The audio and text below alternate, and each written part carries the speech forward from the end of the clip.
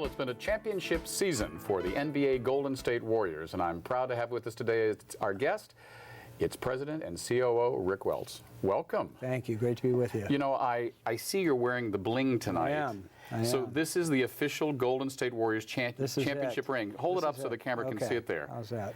I've done, you know, arm curls with stuff smaller than that. How heavy is that thing? It's it feels like you're carrying an extra briefcase on one side. I'm not sure it's an everyday ornament for me because I don't think I think one arm might end up being a couple inches longer than the other arm, but it's what it symbolizes is really special. So it's something I'll cherish forever. Yeah, I mean, it does look like something that maybe, you know, Dick would have given Liz back in the 60s or 70s or something, but it's pretty special. It is. How do you feel about this? I mean, how much credit can you take and do you want to take for what happened this season? You know, I have a theory about what I do for a living, and if people are talking about the men and women in suits, we have a problem. They're supposed to be talking about the players on the court and the coaches. So if I'm doing my job well, I'm very much in the background, and that's the way I like it. But we've put together a pretty good organization, and one that I think has some staying power going forward. Yeah, so when did you start your love of the game? Well, it's really how my father and I interacted going to sporting events. And I grew up in Seattle, Washington, and the first professional team in Seattle was the Seattle Supersonics. Yeah. So I started going to NBA basketball games in the 60s. My big break in the industry was I went to Queen Anne High School there, and I used to sit in the back of my English Lit class with Earl Woodson, who was the coolest kid at Queen Anne High School because he was a ball boy for the Seattle Supersonics. And my big break came when Earl's family decided they were going to move out of Seattle, and I convinced Earl to take me down and introduce me to the trainer and get a job as a ball boy for the Sonics when I was 16 years old. So I've been doing it ever since. Yeah, so how good are you? I had a little game in high school, but I described myself as vertically challenged. Yeah. So I knew that if I was going to have a career in the sport, it was probably going to be on the business side, not on the basketball side. Now, you're in the middle of course, celebrating an incredible season. Everyone here in the Bay Area is pretty stoked about it. I have a friend who actually flew in from Beijing, wow, got on BART, and got to the last game. I don't know how he got tickets, wow, but he, you know, this is a guy who flew across an ocean for you guys. Impressive. How, you know, are your fans stacked up to other teams? It's, you know, the general managers of the NBA teams just voted in a poll they do at the beginning of every season, and not surprisingly named Oracle Arena as the best home court advantage in the NBA.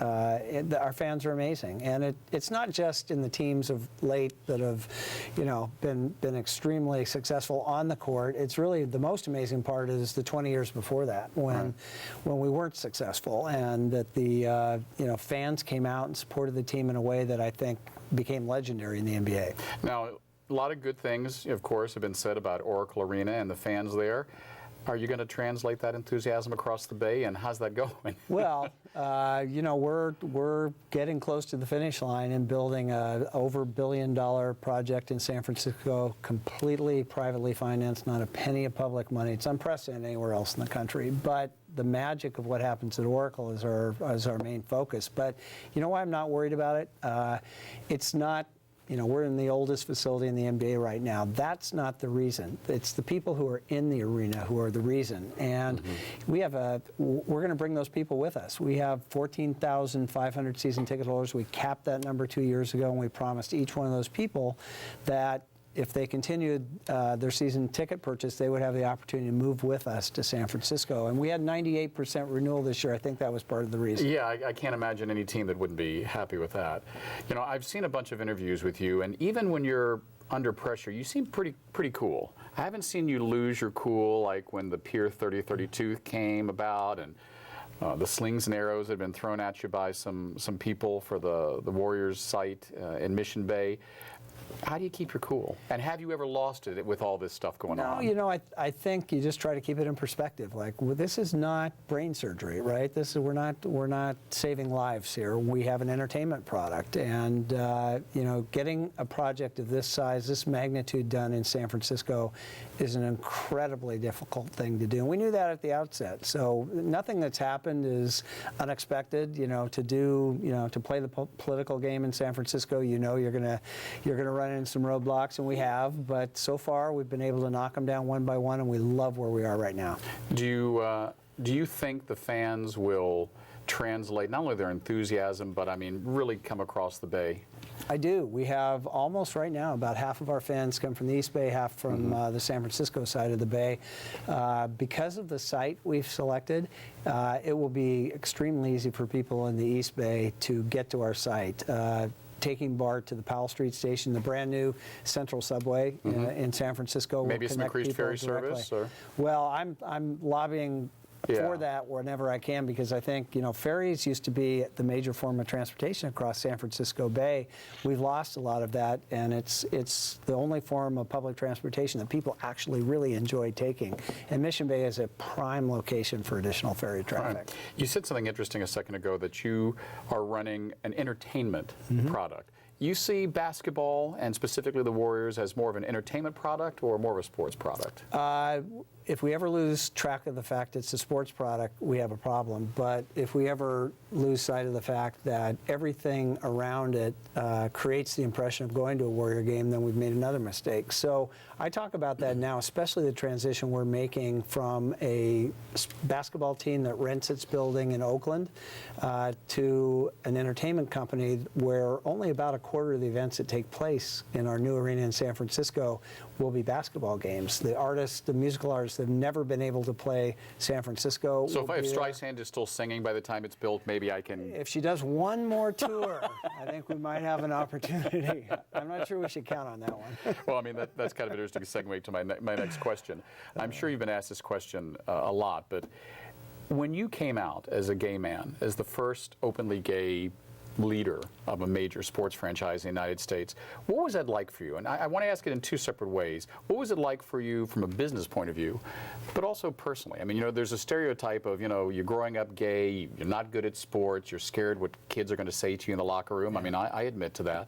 What was it like for you growing up and then transitioning to coming out? Well, there were, you know, when I was young, there was certainly, I always had a passion for sports. I love sports. It was the passion of my life, but I also was a young man growing up trying to make sense of the fact that it didn't fit with all the stereotypes of the people around me who told me what being gay was all about. And I didn't know anyone who was gay, so, you know, I was my only reference point, right? But when I reached that point in my career where I felt like I wanted to take that step, there were a lot of things going on in my life. My mother had been diagnosed with lung cancer. I'd lost a partner of 14 years, in large measure because I couldn't include him in this very important part of what I do every day, which is my work life. I had a very supportive group of friends and family who know my story forever, so it was really only this one little part of my life that I chosen not to be completely transparent about who I was. And, you know, I didn't know, at the time I made the decision to do it, I had a couple ways to go, right? I could have just taken care of my business by talking to all my coworkers, and that would have been great. But I actually reached out to a guy who used to run a big PR firm in New York. We had dinner in New York one night, and I said, you know, here's what I'm going to do. I can take care of it all, but is there something more better that could be accomplished if I did it in a much different way? And he just looked across like you're looking at me right now and said, Rick, if you're prepared to do this, I want to help. And I think it's page A1 New York Times, which was kind of my holy cow moment, right? It's yeah, well, it was a holy cow in both ways, right? I mean, there's coming out, and then there's cotillion. Front page of the New York Times, right?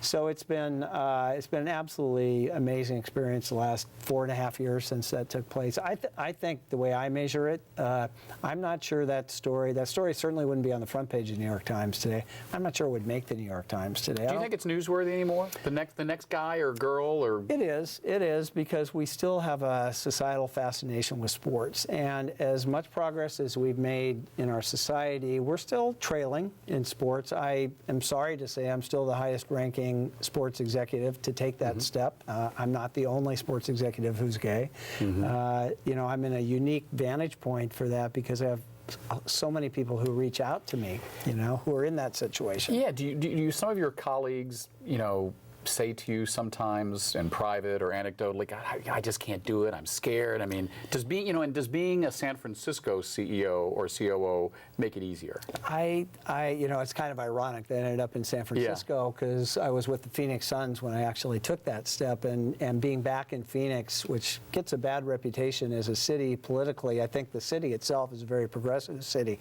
Don't get too far outside of Phoenix in Arizona, but you know, I think people more want to connect with somebody who's been through the experience and have seen that. For me, it's been a wonderful thing. It's been actually a great thing for my career. It's been a great thing for me personally. And they more want to connect with somebody who's in that industry and just talk about it. And I never counsel anybody like, here's what you need to do, right? It's such a personal journey. And each one of us, you know, reaches a point in time where we want to take that step. For some people, it's their teen years, but for others, people like me, it's much later in their career. People who, you know, in our industry clearly have a fear of how it would affect their ability to excel in an industry that hasn't always embraced diversity. Yeah. Do you look forward to the day when a Michael Sands coming out or, you know, a Rick Welts coming out is kind of a, oh, yeah, so?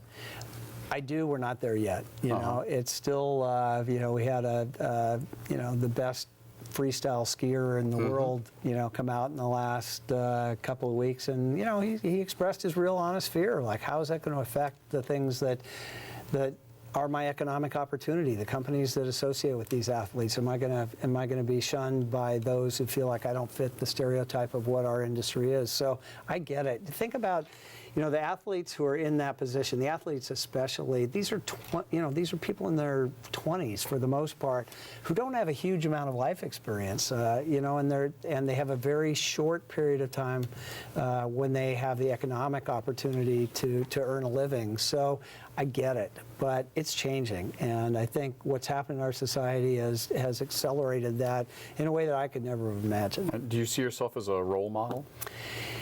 You know, I mean, I know it's a hard question. I'll let other people judge that, right? But what I do welcome is the opportunity to meet all these people in our industry who are thinking about making the same decision, thinking about doing what I did. But it's an honor to be kind of part of that conversation. I guess that's what I signed up for, but it's really, really gratifying. All right, we only got a couple seconds left.